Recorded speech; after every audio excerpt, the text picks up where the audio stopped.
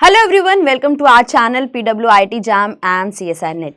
सो हम सबको पता है CUT PG का जो एग्ज़ाम है वो 11 मार्च से सीरीज़ में होने वाला है और शेड्यूल्ड है। सो अप्रॉक्सीमेटली अगर हम गिने तो हमारे पास 1 महीने का टाइम बचा है और उसको भी अगर हम बहुत प्रिसाइजली देखें तो अप्रॉक्सीमेटली 25 डेज़ बचे हैं। सो 25 डेज़ को कैसे यूटिलाइज़ करना है और किस तरीके से एफिशिएंटली यूटिलाइज़ करना है वो हम आज देखेंगे। हम सब ने एक कहावत सुनी है, early bird catches the worm, कि जो जल्दी शुरुआत करता है वो बहुत आसानी से सक्सेस को हासिल कर लेता है। लेकिन हम सब ने ये भी सुना है, जब जागो तभी सवेरा। आप जब भी शुरुआत करते हो आप हमेशा अपने जो गोल है, अपने जो ड्रीम्स हैं उनको अचीव कर सकते हो। सो जब हम अर्ली बर्ड की बात करते हैं तो वो होता है हार्ड वर्क। एंड सिंस हम हैं लास्ट वाले, जो अब लास्ट मिनट को फोकस कर रहे हैं कि हम कैसे इसको अच्छे से यूटिलाइज करके अपने टारगेट को अचीव कर पाएं, CUT PG को क्वालिफाई कर पाएं। सो हम बात करेंगे हमारे जो लेट वाले हैं, ठीक है, जो मोस्टली बैक बेंचर्स हैं, वो कैसे चीज़ों को यूटिलाइज करेंगे, वो कैसे छोटी छोटी चीज़ों का ध्यान रखेंगे और किस तरीके से अपने टारगेट या अपने गोल CUT PG तक पहुँचेंगे। सो जो अब वाले हैं, जो लास्ट मिनट वाले हैं, वो शुरुआत करेंगे स्मार्ट वर्क से। हार्ड वर्क का टाइम खत्म। हार्ड वर्क किया जा सकता था, 1 साल प्रिपेयर करते, 6 महीने प्रिपेयर करते, 3 महीने भी करते तो भी चलता। लेकिन सिंस अब सिर्फ और सिर्फ 25 डेज बचे हैं तो हम करेंगे स्मार्ट वर्क। और स्मार्ट वर्क का बहुत ही सिंपल तरीका होता है, be very specific, be exam centric. Exam के पॉइंट ऑफ व्यू से जो इंपॉर्टेंट है वो आपके लिए बहुत इंपॉर्टेंट है, और जो एग्जाम पॉइंट ऑफ व्यू से इंपॉर्टेंट नहीं है आप उसे इग्नोर करेंगे। जो चीजें कॉन्टिन्यूसली पूछी जाती हैं, जो टॉपिक्स बार बार आते हैं, उन्हीं टॉपिक्स पर फोकस रखा जाएगा। एंड जो मिनिमम टू मिनिमम या सालों में 1 बार 2 बार पूछे गए हैं उन्हें इग्नोर किया जाएगा। अब इसको कैसे आइडेंटिफाई करते हैं या आपको क्या क्या स्टेप्स करने हैं। स्टेप नंबर 1, सबको सिलेबस डाउनलोड करना है।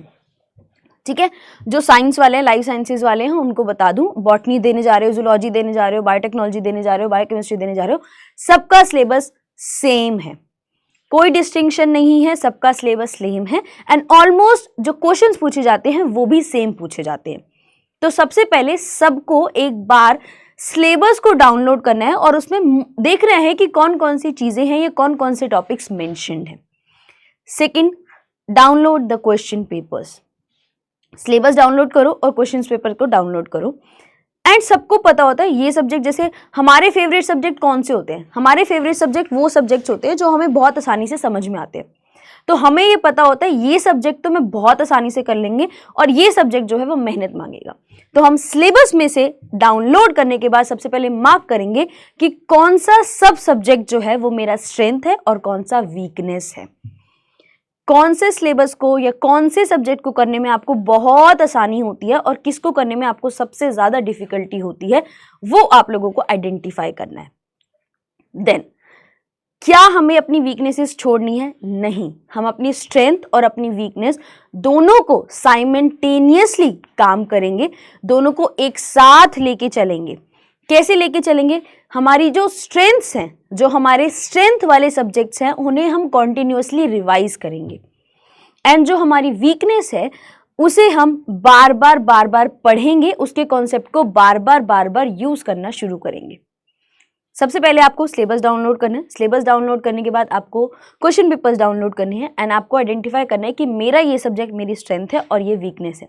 जो स्ट्रेंथ है उसकी रिवीजन होगी और जो आपका वीकनेस है उसे आप नए कॉन्सेप्ट्स की तरह यूज करेंगे। नाउ एक बहुत इंपॉर्टेंट चीज, जिन्होंने देख लिया होगा तो उनको पता होगा कि CUT PG का एग्जाम पैटर्न जो है वो चेंज हो चुका है। 2024 का जो सेशन होने वाला है उसका एग्जाम पैटर्न चेंज किया गया है। इस बार आपको कोई भी जनरल टेस्ट नहीं मिलेगा। सबसे पहले लास्ट ईयर तक 2 सेक्शंस आया करते थे। सेक्शन A में जनरल नॉलेज को टेस्ट किया जाता था और सेक्शन B में जो भी आपने सब्जेक्ट चूज किया उससे रिलेटेड क्वेश्चंस पूछे जाते थे। सो CUT PG ने कंप्लीटली सेक्शन A को हटा दिया है। इस बार कोई भी जनरल टेस्ट नहीं होगा, सिर्फ और सिर्फ सब्जेक्ट स्पेसिफिक क्वेश्चंस पूछे जाएंगे। मेजर एडवांटेज, अब किसी को कोई भी टेंशन नहीं लेनी है कि मैं जनरल नॉलेज कैसे प्रिपेयर करूं, जनरल टेस्ट के लिए कैसे प्रिपेयर करूं। 105 मिनट का पेपर है, 75 क्वेश्चन है, 75 क्वेश्चन है, 4 मार्क्स का एक क्वेश्चन है, 1 नंबर की नेगेटिव मार्किंग है। ये आपका एग्जाम पैटर्न है। तो सिंस हम ऑलरेडी एक एज पर आ गए हैं, एक एडवांटेज पर आ गए हैं कि हमें जनरल टेस्ट प्रिपेयर करना ही नहीं है, हमें अपने सब्जेक्ट पर जाना है। सब्जेक्ट कुछ भी हम कहें, लेकिन हम हमारे सब्जेक्ट्स को बहुत अच्छे से जानते हैं। हम ही ह्यूमंस हैं, हमारी एक बहुत अपने आप को डीमोटिवेट करने की टेंडेंसी ज्यादा है, मोटिवेट करने की टेंडेंसी कम होती है। हम सबको पता है मैं ये सब्जेक्ट पढ़ रहा हूँ, मैं लाइफ साइंसेस पढ़ रहा हूँ, मैं फिजिक्स पढ़ रहा हूँ, मैं केमिस्ट्री पढ़ रहा हूँ, मैं मैथ्स पढ़ रहा हूँ, मुझे ये पता है कि मैं इस सब्जेक्ट को कर लूंगा। अपने आप को बोलो मैं कर लूंगा, वो सबसे इंपॉर्टेंट चीज होती है। किसी भी एग्जाम को क्रैक करने का सबसे बड़ा जो चैलेंज होता है वो आपका माइंडसेट होता है। जो माइंड में क्लियर होता है वो बहुत फोकस्ड रहता है, उसको बहुत पता होता है कि मुझे कब कहाँ क्या करना है। सो सबसे पहले बहुत जरूरी है ये समझना, क्वेश्चन छोड़ दो कि क्या 1 महीने में तैयारी हो जाती है, बिल्कुल हो जाती है। क्यों नहीं होती? अगर आप मेहनत करेंगे, अगर आप स्मार्ट वर्क करेंगे तो डेफिनेटली सब कुछ हो सकता है। सो उस चीज को हमेशा याद रखेंगे। सो हमें एडवांटेज एग्जाम से भी मिल गई है एंड हमें ऑलरेडी पता है कि हमारी स्ट्रेंथ क्या है, वीकनेस क्या है। सो ऑन एन एवरेज मैं जो टाइम टेबल की बात करती हूँ या मुझे जिस तरीके से लगता है कि स्टूडेंट को कितना डेली इन्वेस्टमेंट करना चाहिए जब वो प्रिपरेशन करता है। सो एक स्टूडेंट को ऑन अ बेसिस जो है 5 to 6 आवर्स आपको डेली इन्वेस्ट करने पड़ेंगे। 5 से 6 घंटे आपको डेली लगाने पड़ेंगे, जहां पर आप 1.5 आवर 1.5 घंटा जो है वो आप लोग इन्वेस्ट करेंगे अपने रिवीजन में। 1.5 आवर का आपका जो स्लॉट होगा उसमें आप रिवीजन करेंगे एंड 1 आवर में आपको करना है PYQs। अब मैं बात करूं, मैं थोड़ा सा बायस्ड होके बात करूंगी यहाँ पे, जो लाइफ साइंसेज वाले हैं। सो अगर आप PYQs प्रैक्टिस कर रहे हैं तो इस चीज का याद रखना, CUET PG के तो क्वेश्चंस करोगे ही करोगे, PYQs करोगे गैट बी के भी साथ में कर लेना। दोनों का जो पैटर्न है वो ऑलमोस्ट सेम होता है, तो हेल्प बहुत अच्छी हो जाती है। सो CUET PG के क्वेश्चन पेपर्स के साथ साथ गैट भी करना, जो लाइफ साइंसेज वाले हैं। उसके अलावा यहां पर जो बाकी के 2 से 3 घंटे बचेंगे वो आप लोग करेंगे अपने न्यू कॉन्सेप्ट्स को टारगेट।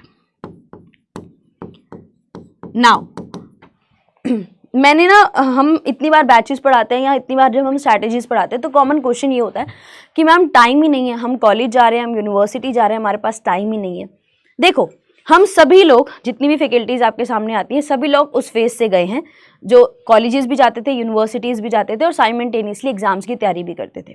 ठीक है, हम सबको पता है वो टाइम पीरियड जो होता है वो बहुत क्रूशियल भी होता है और बहुत डिफिकल्ट भी होता है, बट इट इज अल्टीमेटली अस। मुझे पता है कि मैं जब कॉलेज जाता हूँ तो मैं कितने घंटे ट्रेवल करता हूँ, मुझे कितने घंटे का प्रैक्टिकल क्लास मिलती है, मुझे कितने घंटे का लंच ब्रेक मिलता है, मुझे कितने लेक्चर्स फ्री मिलते हैं, और घर आने के बाद मैं कितना टाइम जो है वो डिवोट कर सकता हूँ, ये सबको पता होता है। सो आप लोगों को ये नहीं है कि आप 5 से 6, मैं ये नहीं कहूंगी कि आप 5 से 6 घंटे एक ही स्लॉट में बैठ जाओ, नहीं करना। इस 5 से 6 घंटे को आपको छोटे छोटे पार्ट्स में अपनी डेली लाइफ में इनकलकेट करना है। ओके, सुबह मुझे 9 बजे से क्लास शुरू होती है, कुछ लोग ऐसे होंगे जिनका कॉलेज बहुत पास होगा, ट्रेवल नहीं कर रहे होंगे, तो भाई मैं 9 बजे की क्लास है, 8:30 भी घर से निकलता हूँ तो मैं पहुंच जाता हूँ, मैं सुबह जल्दी उठ के पढ़ लूंगा। मैं ट्रेवल करता हूँ, मैं बस में जाते जाते पढ़ लूंगा। अगर मुझे कॉन्सेप्ट रिवाइज करना है, PYQs करना है, मैं जल्दी जल्दी ट्रेवल करते टाइम पढ़ लूंगा। मेरे को प्रैक्टिकल लगाने के बाद मुझे 2 घंटे की प्रैक्टिकल क्लास होती है, जिसमें 1 घंटा मैं प्रैक्टिकल लगाता हूँ, 1 घंटा फ्री होता हूँ, तो उसमें मैं PYQs कर लूंगा। मुझे 1 लेक्चर डेली फ्री मिलता है तो यहाँ मैं रिवीजन कर लूंगा। घर आने के बाद रात को मैं लेट तक जाग लूंगा। एक्सक्यूजेस हम सबके पास बहुत होते हैं, I know and agree completely कि हाँ, ये टाइम पीरियड एडजस्टमेंट बहुत डिफिकल्ट होती है, बट एक चीज को हमेशा ध्यान रखना, अगर हम एक्सक्यूजेस की तरफ जाएंगे तो एक्सक्यूजेस हमेशा हमारे पास बहुत होते हैं। आप एक एक्सक्यूज बताओ, आपका माइंड 4 बता देगा, लेकिन क्योंकि ये गोल मेरा है, क्योंकि ये ड्रीम मेरा है, क्योंकि ये करियर मेरा है, तो मुझे ही सॉल्यूशंस निकालने पड़ेंगे। जिस दिन आप लोग ये सीख जाएंगे कि हमें प्रॉब्लम्स पर नहीं सॉल्यूशंस पर फोकस करना है, उस दिन अपने आप सॉल्यूशंस आएंगे, आपको ढूंढने भी नहीं पड़ेंगे। ये तो बहुत आसान सी बात कही जाती है, अगर एक प्रॉब्लम स्टार्ट भी होती है तो उसका सोल्यूशन उसके साथ बनता है। तो find your solutions, find your time table, मैं कहाँ अपना टाइम डिवोट कर सकता हूँ, कहाँ मैं अपने टाइम को एफिशिएंटली यूटिलाइज कर सकता हूँ, एंड मर्ज इट, घोल दो। ये जो 5 से 6 घंटे है ना, उसको अपनी डेली लाइफ में घोल दो अच्छे से और इनकलकेट कर लो, मैं यहाँ से टाइम निकाल के। हम हर चीज करने के लिए, अगर मुझे आज फ्रेंड्स के साथ पार्टी करने जाना है ना, तो मैं जरूर टाइम निकालूंगी कि मुझे जाना ही जाना है। लेकिन अगर मुझे ये पता है कि मुझे रात को बैठ के पढ़ना है, नहीं यार मैं थक गई, आज मैं 9 से 5 कॉलेज गया, अब मैं थक गई। So that is the way. Find your strength, find your weaknesses, most importantly observe yourself. धीरे धीरे ऑब्जर्व करो, धीरे धीरे ऑब्जर्व करने का टाइम तो है ही नहीं। सो बहुत कैलकुलेटिवली दिमाग लगाओ कि मैं कहाँ पर टाइम जो है वो चुरा सकता हूँ। इट इज द वर्ड, चुरा सकता हूँ, कहाँ से टाइम निकल सकता है और मैं उसको अपनी प्रिपरेशन में डाल सकता हूँ। लास्ट मिनट, हर एक सेकेंड इंपॉर्टेंट है। आप जितना स्मार्ट वर्क करेंगे, जितनी स्ट्रैटेजीज को अच्छे से यूज करेंगे, उतना ही आप बेटर बनेंगे।